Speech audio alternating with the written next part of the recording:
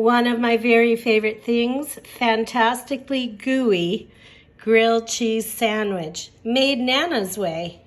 Shred enough cheese that you think you'll need for your sandwiches. I'm using Gouda, but you can use whatever you like. I use frozen bread because the butter is easier to spread on frozen bread.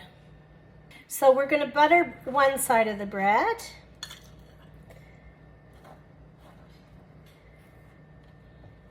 And then the other side. Add our cheese, whatever you want. Today we're using Gouda. Have both sides of the grilled cheese buttered and then just put it in the pan. No oil in the pan, no butter, nothing.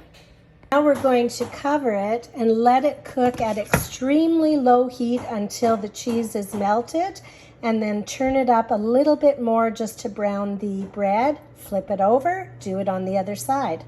Flip and you have yourself a great grilled cheese. Let the other side go and it's awesome. You have a great day. Well, technical problems. You have a great day.